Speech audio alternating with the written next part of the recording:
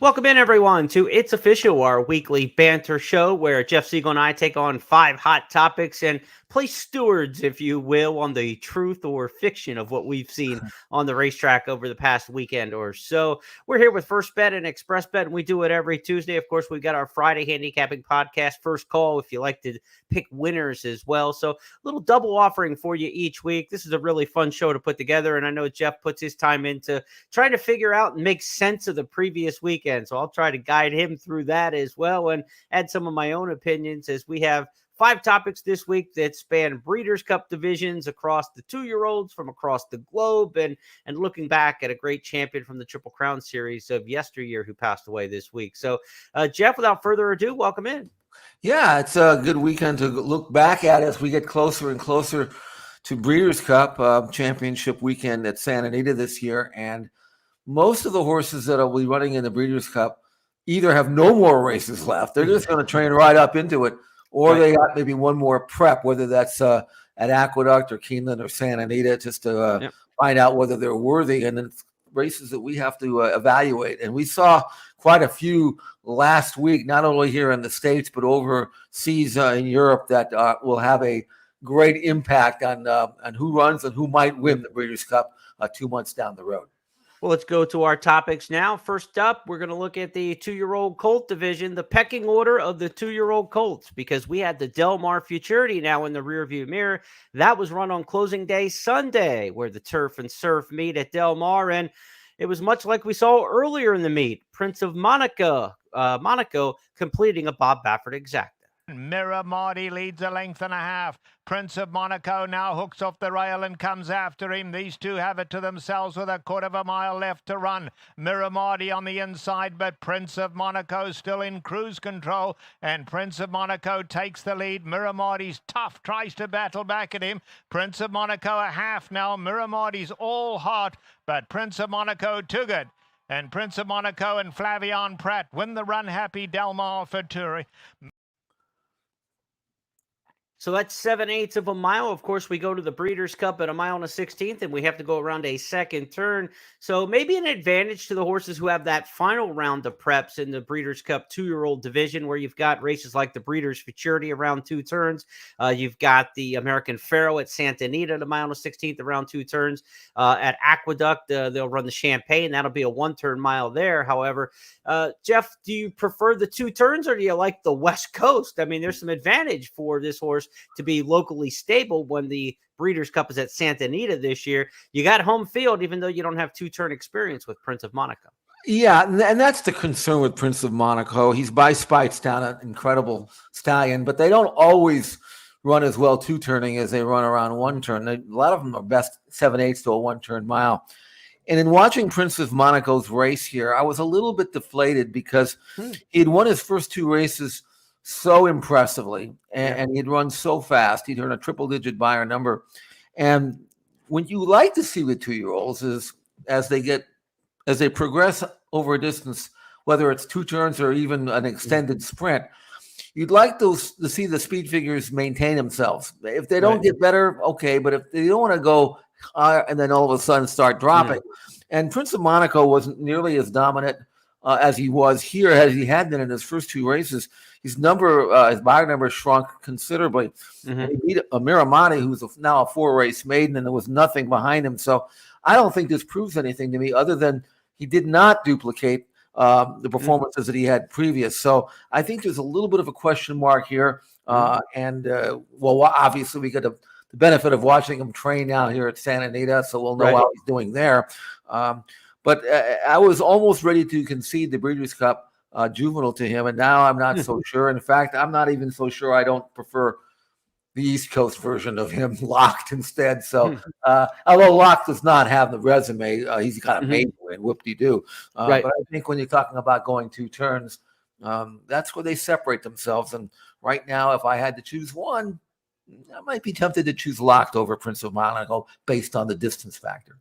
And you talked about the workouts between now and the Breeders' Cup. You know, you're not going to really know if a horse can go 2 turns or not based on the works, but Baffert will do something with this horse, Prince of Monaco, that he's done with many over the years that he's trying to get more distance out of. He's going to get 2-turn works going 6 furlongs, starting towards the far turn and working all the way through the clubhouse turn as well. So not all trainers kind of take advantage of that. For a 5/8 or 6 furlong workout, they'll kind of work from the 6 furlong pole to the wire, most trainers.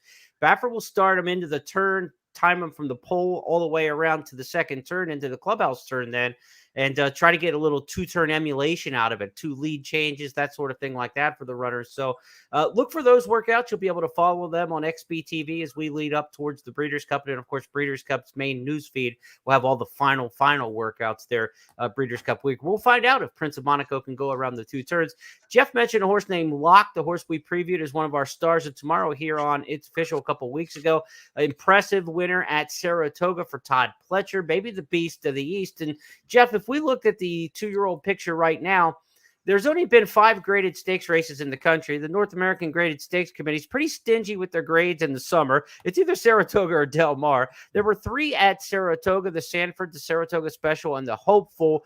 Rhyme Schemes, who won the Saratoga Special, was easily the most impressive of those 3, but he's out. He's not going to be heading towards the Breeders' Cup. So when you look at Yo-Yo Candy, the winner of the Sanford, and Nutella Fellow, who won the Hopeful, they were 46-1 and 54-1 long shots. And on the West Coast, it was Prince of Monaco running the table. So if you're looking for your Breeders' Cup horse and his name's not Prince of Monaco, you're looking for somebody who's stepping up in class at this point.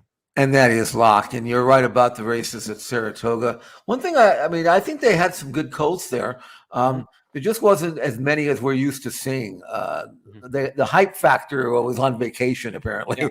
Yeah. So I picked up the ball, and others did as well with Locked. And we'll see whether or not Todd decides to run him in the Champagne or around 2 turns in the Keeneland. Bob might not find the need really to run Prince of Monaco anymore. He's already had 3 starts, which for some horses is like a career, for 2-year-olds. Yeah. So I don't know what he's going to do. He's got others waiting in the wings. So we shall see how that shapes up. But right now, the depth in the 2-year-old division in terms of the high class prospects, I don't think it exists, really. Everybody that I've seen have been several cuts below what we've seen now. And I just hope that Prince of Monaco and Locke make it to California in good form. And that could be a really interesting showdown. And the Florida Sire Stakes was moved back a little bit this year down at Gulfstream Park. It's usually kind of summer into fall, but they just ran the first leg of the series this past weekend. The Dr. Feger and Bientenato looked very good in winning that. Now a dual stakes winner in South Florida.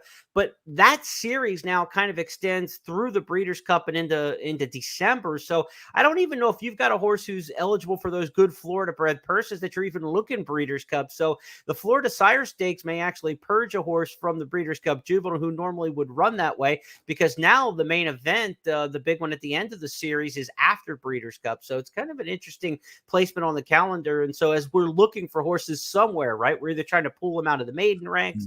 There are no allowance races really to talk about with 2-year-olds. It's either going to be maidens or stakes races. You look at places like Gulfstream, who historically have had some really nice 2-year-olds come through there. Delaware Park, another place over the years, it's had some nice 2-year-olds that were able to go on other places. So start looking around in some of those off-Broadway venues. If you haven't found the one you liked at Saratoga or Del Mar, now that those meets are finished, we're still hunting for horses in the Breeders' Cup Juvenile Division. Let's go to our second topic this week on It's Official, and we're going to stay with a consistent theme.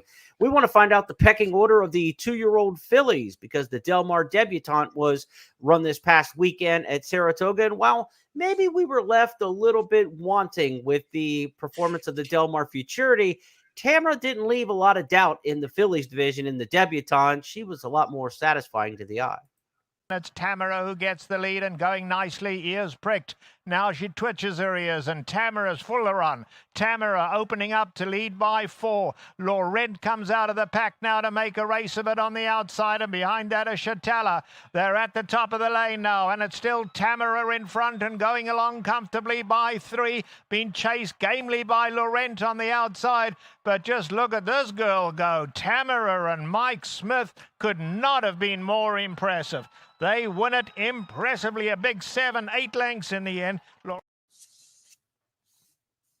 So the daughter of Beholder looking a lot like mom at Del Mar with a blowout margin. Of course, we remember Beholder winning the Pacific Classic in such comfortable style. Tamara now has back-to-back wins on her resume, and she looks like the real deal. It doesn't always happen with these regally bred offspring, Jeff. You know, if Beholder could talk and you asked her about her daughter, she would probably say, "Oh, she's a lot better than I was at 2 years of age," and she was, because Tamara Beholder was an incredible race mare as she got older. Right. But she was nothing but a speedball as a 2-year-old. Yeah. She didn't know anything other than bust out there and run off her feet. Tamara runs like she's done it all her life. I mean, that looked like a filly who'd won 25 times. Yeah. First start, she broke badly from the rail. She was on the worst part of the track. She took dirt in her face. She was steadying in traffic and came away and won for fun. This time she said, "I'll have none of that. I've got the 8-hole. I'll just go to the front and run everybody to the ground." And she basically did, although she actually switched off beautifully down the backstretch and sat second behind a very quick filly named Pushiness, put her away like she was chopped liver, and then drew off and won. And you can see through the lane, never asked to drop, beautiful mover, no wasted action, just floats over the ground and acts like a filly who will run better longer than she does shorter. Right. This might be a filly of the ages. She earned a 91 Beyer number, faster than the boys, and did it without even taking a deep breath. So, I mean, I don't know whether Richard will run her back. I don't know if he needs to in the Breeders' Cup for the in a prep or the Chandelier for the Breeders' Cup prep race, but I don't think it matters. And man, and again, the advantage of having to be able to run right over the same track that you train, I just think she's spectacular, and that is taking nothing away really from the professionalism and the class that we saw in the East, because Brightwork is really, really good too. I mean, Brightwork's better than anything that Tamara has run against yet, but I mean, on the other hand, Brightwork hasn't seen anything close to being as good as Tamara. Right. These are the graded stakes, very similar, mirroring what we saw with the Colts division. 5 graded stakes races for the 2-year-old fillies so far this year, official in the U.S., 3 from Saratoga, 2 from Del Mar, and Tamara certainly looks like the class of the group. Brightwork, a 2-time stakes winner, though, for John Ortiz, based out of Kentucky. I've got to think Brightwork is headed to the Alcibiades. That would seem like the natural next step, and Ortiz supporting the Keeneland meet next, and that'll be a good, important 2-turn prep in the Alcibiades. Whether or not Tamara goes 2 turns or not before the Breeders' Cup, I don't know. History tells us maybe we don't have to worry that much about it, because you had mentioned Beholder would say, if she could speak, that Tamara's a better 2-year-old than she was. And I'm sure some people are saying, "Oh, come on, Jeff. Beholder's like a Hall of Famer." But at 2, like you're talking about, coming into the Breeders' Cup, Beholder was coming off a 6-furlong race and was coming back on very short rest. I think she was wheeling back on 2 or 3 weeks rest from the Santa Anita meet when she ran in the Breeders' Cup Juvenile. She was not an afterthought to the Breeders' Cup, but she was late to the party. So you're talking about a filly here who's already a 2-time winner, a Del Mar debutante winner. She has better credentials than Beholder did, certainly heading into the Breeders' Cup this year, whether she runs again or not. So there's absolute legitimacy to the resumes and to the statement that you made that she's the superior 2-year-old of the 2, and we will see if it will result in a championship. Beholder ran really well in the Breeders' Cup Juvenile for a filly who really had nothing underneath her, and that told you that without foundation and to run that well in the Breeders' Cup Juvenile fillies, that she was going to be an absolute megastar, and she turned out to be. Tamara looks like she's on that same trajectory. Yeah, and it's funny because it looked a little bit like Beholder was on her way to becoming a Zenyatta type broodmare, because the first foal, I think, was by Uncle Mo. I mean, QB1, he couldn't run, And then there was another one that actually won a stakes race this summer. Yeah, it was but it was a sprinter. Yeah. And now this one is okay. This is what we were expecting from a mare who is good enough to beat the boys in the Pacific Classic at 1 1/4. So this is the real deal. And let's not forget that this next foal is a yearling that brought, what did he bring? Like $3 million at the sales. And he's by Curlin, and I think he's by Curlin. He's going to be out here next year as a 2-year-old with Bob Baffert. So she's well on her way to doing things that, Zenyatta, Rags to Riches, other great race mares that we know of that never were able to reproduce themselves. Beholder looks like she's well on her way to doing that, not maybe more than once now. Yeah. and a curling beholder offspring. I just see you already getting giddy to watch that one. Yeah, I'll be out there watching. I know that you love first that quarter of a mile or bloodline. something. I'll be there. Let's go to our third topic as we hit the midway point on this week's show. Our third of 5 topics is our Breeders' Cup tracker, and we've got 4 races to take you through across the globe. They're all on the grass, from France to England to Ireland, and to also we've got racing from Canada as a star filly from last year. Looks like she's back in the filly and mare turf discussion towards the Breeders' Cup. Let's start our Breeders' Cup tracker first with the Irish Champion Stakes. Aidan O'Brien had Augusta Rodin in the winner's circle. It is Luxembourg with the edge. From Point Lonsdale, poised as Augusta Rodin. King of Steel improves on the outside of Ernesto, and then Spreewell, Nashwan, a gap to Alfleda. They straighten at the 2, and it is Luxembourg from Augusta Rodin, who's looming on the outside. Moving on from King of Steel, Point Lonsdale. Ernesto is next. Nashwan runs on the outside. Inside the final furlong and 1 from the rail. Augusta Rodin leads. 150 yards to go. Railing is Luxembourg. Nashwa over the top on the outside. Augusta Rodin is in champion spirit in the Royal Bahrain Irish Champion Stakes. From Nashwa, Luxembourg, King of Steel next. It's another edition for Ryan Moore and Aidan O'Brien. Can't even translate what was going on at the wire other than the injury report is pulled groin by the track announcer at the wire. Yeah. I mean, he was excited about the finish there for Augusta Rodin. Look, this is a 3-year-old who is really good. He's taken on some of Europe's best, and he's got to be primed towards the Breeders' Cup turf, right, Aidan O'Brien? Well, in fact, he was asked that after the race, Aidan O'Brien, and he said this colt is a top of the ground kind of colt. Mm-hmm. They thought they would consider the Arc if someone of Mother Nature would guarantee firm ground, but yeah, how often does that happen? I was going to say that happens about every 30 years. It's firm for the Arc. So he said no. He says the lads like the Breeders' Cup, so I think that's where he's coming, and he certainly will stay a mile and a half, especially on a very firm ground turf course that Santa Anita has, which is, by the way, as you know, first half mile is downhill. It's a pretty easy mile and a half, actually. This horse has won 6 out of 9. You know, when he's really good, he's like this. I mean, obviously, he's a high-quality horse. He won the Irish Champion Stakes, as we saw. He won the Irish Derby, on the English Derby. He can obviously run all day. Right. But when he's not up to it, you can't find him. He was nowhere in the 2000 Guineas. He was virtually eased at Ascot late July in the King George. So if he shows up with his A game, if he wants to put it together, man, he can run with anybody in the world, I think. And that's the plan, I think. And you know how Aidan likes to come to Santa Anita. And so, I mean, he's just one, you know, and you look at his form, dual classic winner, you know, 4-time grade 1 winner or group 1 winner. And then you compare him to what North America has to offer. Right. And you say, "What? Come on, you know, this is ridiculous." So, so I'd love to see him come out here and run. He's a treat. He's a great horse, and but there are others that maybe show up as well. But that plan, Augusta, and pointing to the Breeders' Cup turf. Shades of High Chaparral at Santa Anita for the same connections a while back as a 3-year-old. A lot of synergy there with High Chaparral and Augusta Rodin. Let's take our second trip over this pond to the Prix Merville in the Breeders' Cup Filly and Mare Turf division. This one from France, always a key prep in that division.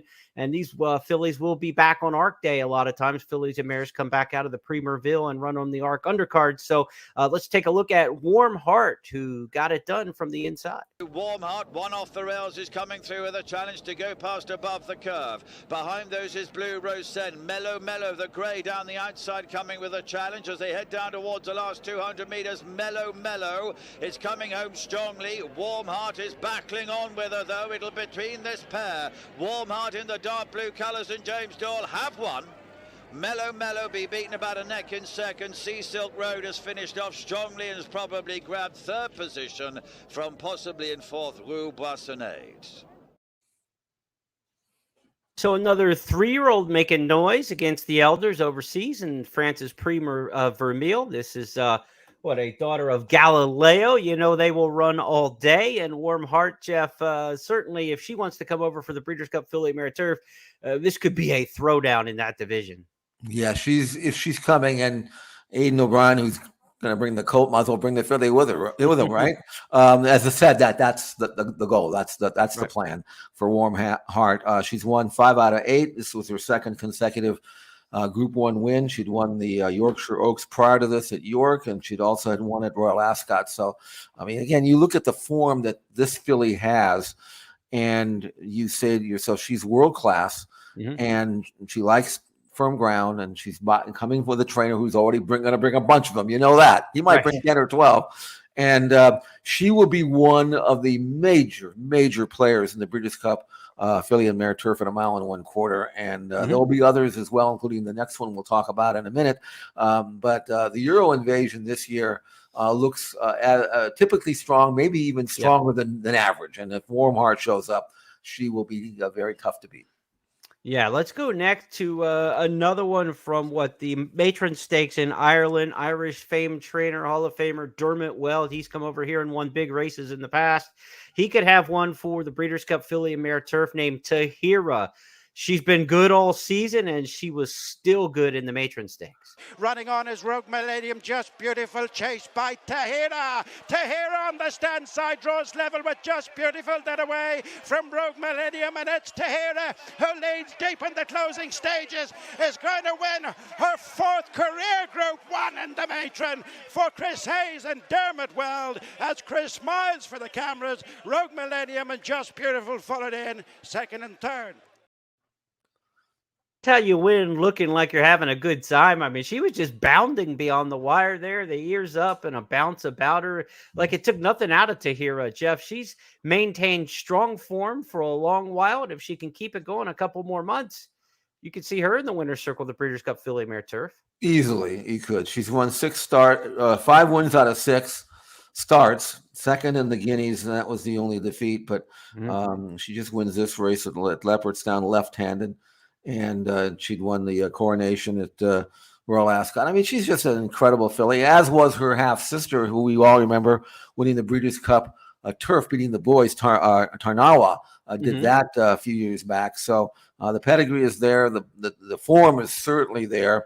The acceleration, I mean, she's kind of like, she's like a machine. She doesn't even lift up her legs. She just explodes with the turn of foot, obviously firm ground, beautifully bred. And a major contender. And if you look at this form and you look at Warm Heart and you look at her and you say, either one, or both. Or I'd like to see them get together to see which ones are the better of the two. As far as the North Americans, they don't have much hope if they show up with that kind of form. Right, and the best fillies and mares on the turf in North America this year are like In Italian, White Beam. They're like mile and a 16th type horses, right? They're not the classic longer distance type horses that'll have to get the trip in the filly and mare turf. So it's not a strong suit for us going long on the grass this year in the filly and mare turf division. And then you've got these potential superstars with connections who are apt to come and run here in the U.S. for the Breeders' Cup. So we could definitely see a European showdown in the filly and mare turf division. We had talked about the Americans, like who's the leader of the division. Maybe it was Fed Rover after she had won the Beverly D Stakes. She returned this past weekend, though, as we continue our Breeders' Cup tracker in Woodbine's Canadian Stakes. And it was last year's Queen's Plate winner, Moira, the filly who beat the boys on the synthetic last year, who is turning into maybe not the most consistent 4-year-old, but on her best day, she looked awfully good. This was her best day in the Canadian. Take a look back at Moira last weekend. Now coming forward, Fev Rover and Skims to join Mr. Akaris, and Moira looms on their outside really well, and she's got momentum deep on the track, and Moira has dashed past them all, and she's back with a vengeance, and Moira's spacing them here as race 3 in front of Fev Rover. Atomic Blonde down the outside, flat up against the rail, and she's going to give them a galloping lesson in the Canadian Stakes. And wow, what a fantastic return to her best form. Moira just saunters in and wins as she likes. She's won it by 5.5 lengths. Jeff, your thoughts on Moira? She may be the best in North America, north of the border. I think if you're talking about 1.25 miles or that distance, this was 1.125 miles. But yes, I do think so because, of course, you mentioned the Queen's Plate. She was actually a fairly respectable fifth last year in the Breeders' Cup Filly and Mare Turf behind Tuesday. She's probably, based on this race, better now than she was then. This was a career top performance. She destroyed this field by more than 6 lengths. Bever Over, who just won the Beverly D and had run so well at Saratoga, was a little flat here. I mean, she was beaten on head and the neck for second, so it wasn't like she'd run badly. But she got exposed, I think, by Moira, who really put together a performance here that would make her, competitive, I think, if nothing else, in the Breeders' Cup Filly Mare Turf, and maybe even give the Euros a challenge. Who knows? But this was the best version that we've seen of Moira, and who knows? Maybe she's got another forward move in her. I hope so. Yeah, and there's not a lot of places to run in the Filly and Mare Turf division. They moved the Flower Bowl up to the Saratoga meet, and I think it drew 4 starters, 3 starters. Just a terrible addition of that. Keeneland's Filly and Mare Turf races in the fall are like mile type races. The First Lady, so they're to go long on the grass. There's not a lot of options until you get out to California. So there's this could be it for the Filly and Mare Turf division of what we see here in the U.S. And, of course, the Beverly D has already been run at Colonial this year. So maybe not a lot of shaking in that division between now and then. It'll be horses that are maybe crossing over divisions, ones you think might be milers who take a shot at it, that sort of thing like that. And we'll see what the local contingent at Santa Anita might be able to brew up.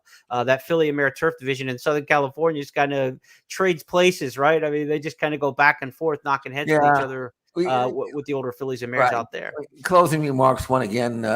Actually, was happy to see somebody win 2 in a row out here.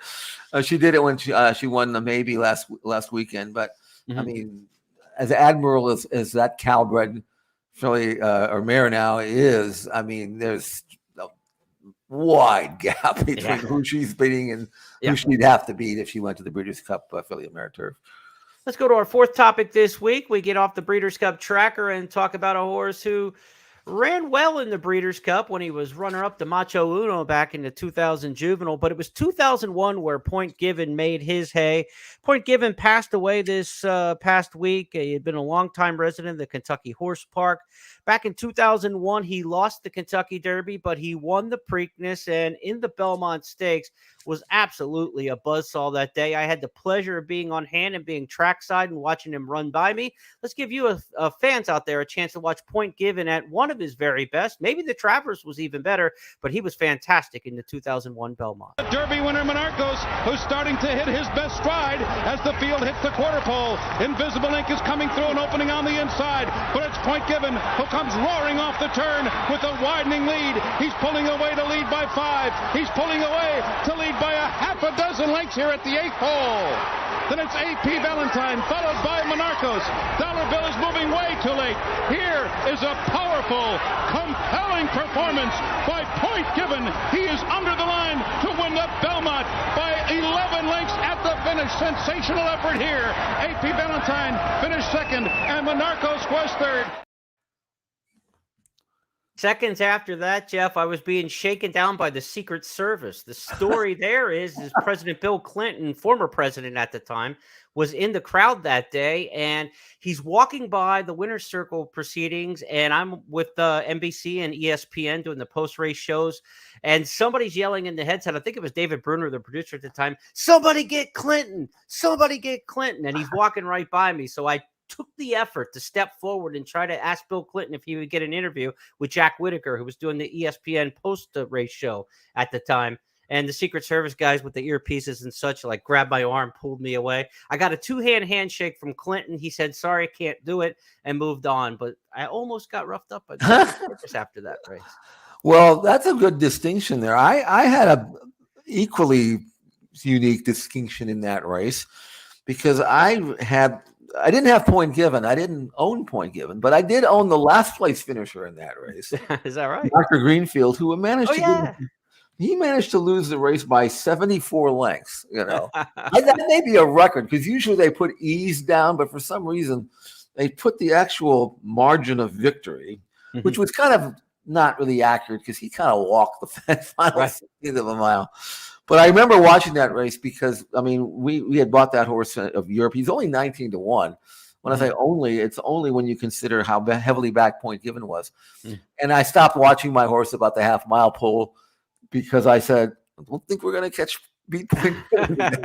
He ended up winning the race, but the margin was 12. And as I look back at some of the great 3-year-olds of this century, I mean, obviously the Triple Crown winners, the Justifies, the American Pharaohs of the world, but for those horses that didn't win the Breeders' Cup, I'm sorry, the Kentucky Derby and the Triple Crown, Point Given could have been rated the best of the bunch that didn't win, based on his Preakness and his Belmont and the races that he won afterwards. Not forgetting that he also came back and won the Haskell and the Travers. Right, he was an incredible racehorse. He really was.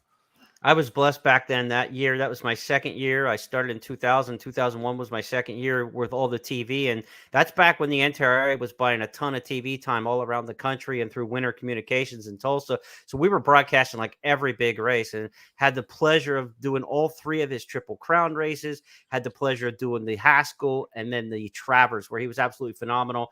The day he won the Travers, I want to say that's the day there were 75,000 people at Saratoga, the all-time record crowd. It was unbelievably insane. He was dominant. There's just so many really good memories of Point Given. And I agree with you. He might be the best of the horses not to win the Triple Crown, who won the 2 legs. An interesting story, too. I want to throw another one in because, again, this was like one of those years where there was so much going on and getting to see him up close. After the Kentucky Derby, he was sent to Rudin Riddle Vet Clinic in Lexington in a very unpublicized move. Kenny Rice, who was the ESPN reporter, happened to be at Rudin Riddle the day that Point Given was there doing something else and found out and had the scoop that Point Given, the beaten favorite in the Kentucky Derby, went to the vet clinic. When we all got to Baltimore, Kenny's telling us the story, and we think we've got, breaking news and, that something was amiss with Point Given between the Derby and the Preakness. And of course, again, this is my second year doing it at the time. And I'm like, oh man, I got inside information. This is the dope, So I tell everybody I know, don't bet Point Given. He's been to the vet clinic in between the Derby and the Preakness. And we went to the Baffert barn and we talked to him about it. And we said, what's the deal with Point Given going to the vet clinic? And his quote was effing Kenny Rice, because he knew that they had run into Kenny Rice. And that's where it got out that Kenny Rice had known that Point Given had went for vet treatment in between the Derby and the Preakness. Whatever it was, they got him right. I don't think we ever even went with the story on NBC. You know how that goes in network television with some of that stuff. And Point Given, of course, then won the Preakness and went on to win the Belmont, the Haskell, and never lost again. He never lost again after going to the vet clinic. So that's one of those stories, but I'll never forget that, effing Kenny Rice. That was the quote we got because he knew right away who had discovered the fact that, Point Given had gone to the clinic afterwards. So Point Given, just a fabulous racehorse. I remember him as a 2-year-old. Had the pleasure of seeing him in the Kentucky Cup at Turfway. And I thought, this is my Derby horse then. Then I bet him back with Macho Uno in the Breeders' Cup. And, when you find a good one at 2, and as big as he was, Jeff, too, that's the surprising thing, right? He was a really big, robust horse. But like Santa Anita Derby, they just said, you're the best horse, go, Right. Speed in the Santa Anita Derby and just ran him into the ground. He could do almost anything. He could. And now you have to ask yourself, what in the world happened in the Kentucky Derby for a horse that dominant? Bonacos won that race. If you remember that race, 22-1, 44-4, 109-1. Yep. And I think Gary Stevens kind of rode him like he thought he was the best horse. He was 7th early, which looked like a good spot to be in.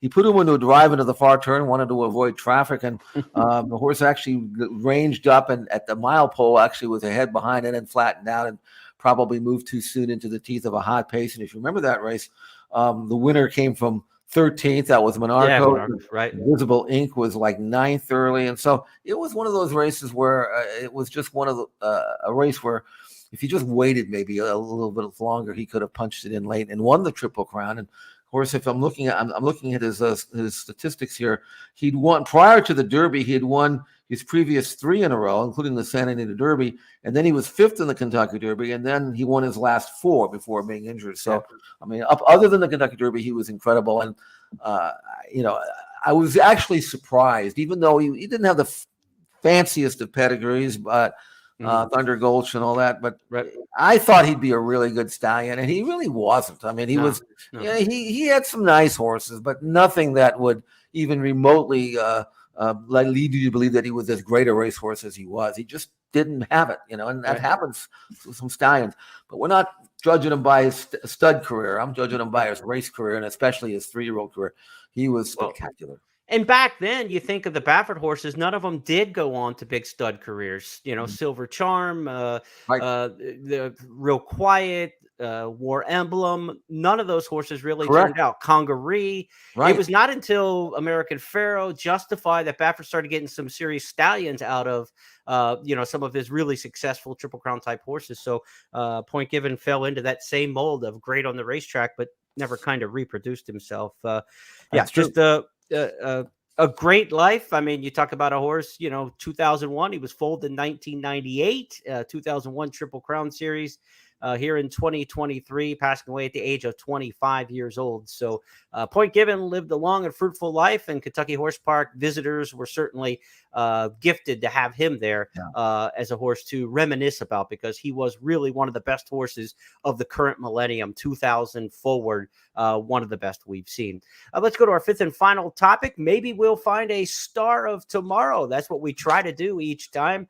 I don't think we've got Point Given in this week's Star of Tomorrow, but we've got a really good-looking cowbred, Jeff, named Miranda. Let's go back to Del Mar this past weekend and take a look. Miranda traveling smartly out here, and she's going to take some catching.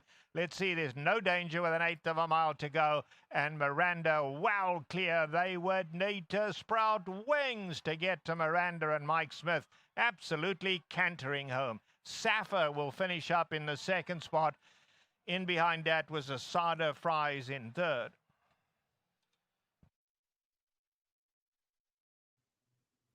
In a sharp performance there, and worth just hearing they'd have to sprout wings one more time during the Del Mar meet from Trevor Edmond. What do you make of this cowbred Miranda? Well, that's the whole thing. She is a cowbred, but she's by Matoli. So she was conceived in Kentucky, foaled in California. So she is eligible cowbred races. She was actually entered a couple of times, at least twice that I know of.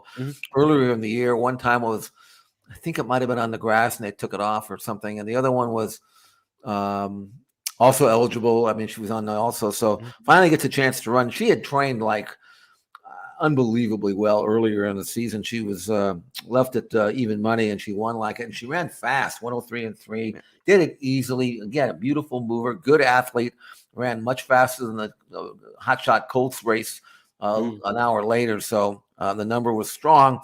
And again, trained by Gary Mandela, who most of his work now is being done with his father, Richard. He's kind of the assistant there. So she's in good hands for sure. And being, she's out of a more than ready mare. So maybe she'll get a mile. Maybe she'll handle her. There's a lot of options for her. Yeah. But there's nobody in the cowbred rank. She's got a chance to be as dominant a cowbred in her division as we've seen in a while. She's so much better than what we've seen so far. And if they just leave her in cowbred ranks, she's going to reel together some impressive stats, I'm sure. Eventually, maybe we'll find out how good she is in open company. But right now, Miranda is really high class. And it comes at a good time for those who have invested in Matoli with the Keeneland sales now in action. I mean, if you've got a Matoli who's 2, you want to be able to sell something, Right. He's had another one that was pretty good, but this filly is something that you can put on you can pass out the brochures and feature her, and it might help the sales of Matoli, who, when you have 2-year-olds that are running and you're already into September, it's almost put up or shut up time, really. And so we'll see how they sell at Keeneland this year. And if she wants to find out how good she is in open company, she probably just has to look down the shed row a couple stalls and look for Tamara, right? I mean, in that Mandela barn, they are blessed with some really good young fillies. Let's review our topics this week on It's Official, as we've now gone 5 up and 5 down. Our pecking order for the 2-year-old colts. We saw Prince of Monaco win at Del Mar, but Jeff was left wanting a little bit more out of the Best Pal winner. Didn't move forward with a big effort. Maybe a horse rising in class, what you want to look for in the 2-year-old colts this year. As far as the 2-year-old fillies, Tamara lived up to all the hype, and her name as a daughter of Beholder, and winning the Del Mar debutante, our former Star of Tomorrow, paid off in spades with a big performance in the Del Mar Debutante. The Breeders' Cup tracker took us to filly and mare turf races around the world, the Prix Vermeil in France, the Matron in Ireland, and Canada's Canadian Stakes at Woodbine. And also in the Breeders' Cup turf division, we saw Augusta Rodin win the Irish Champion Stakes. We remembered Point Given with some personal stories and went back to 2001 after the 25-year-old former superstar of the Preakness and Belmont Stakes passed away earlier this week. And the stars of tomorrow this week, we capped it off with Miranda for Gary Mandela winning September 10th at Del Mar. Those 5 topics are now official because Jeff Siegel and I said so. That's the way the show works. And we'll do it all again in 7 days with 5 more topics on the big board as we return on It's Official every Tuesday. Between now and then, Jeff's got a little bit of time to rest. There's no Del Mar. There's no Santa Anita. I know we've got Los Alamitos, Jeff, but this is probably a time where you're thinking, drinks with little umbrellas in them and putting your feet up for a couple days. Yeah. I was a little tired after this double duty for Saratoga and Del Mar. A lot of work, but we get a little bit of a breather now in September, and then we'll really get busy again from the last weekend in September all the way through Breeders' Cup. Very important races, incredibly important prep races around the country. We'll be watching those and final dress rehearsals for some of these horses. So good gambling ahead for sure. I'll have best plays on Saturday on the weekends and leading up to Santa Anita, which will, of course, we'll restart our full card analysis there. But yeah, it's good to take a breather and take a deep breath and get geared up for what will be a very busy month in October. Kindly join us on Friday for the First Call podcast. If you like this one, you're following on YouTube or Twitter, hit the like button, share it with your friends. We certainly like to build the audience here with It's Official. On behalf of everybody with First Technologies and my partner, Jeff Siegel, I'm Jeremy Plonk. Have a great week. We'll talk to you on Friday when First Call is on the air.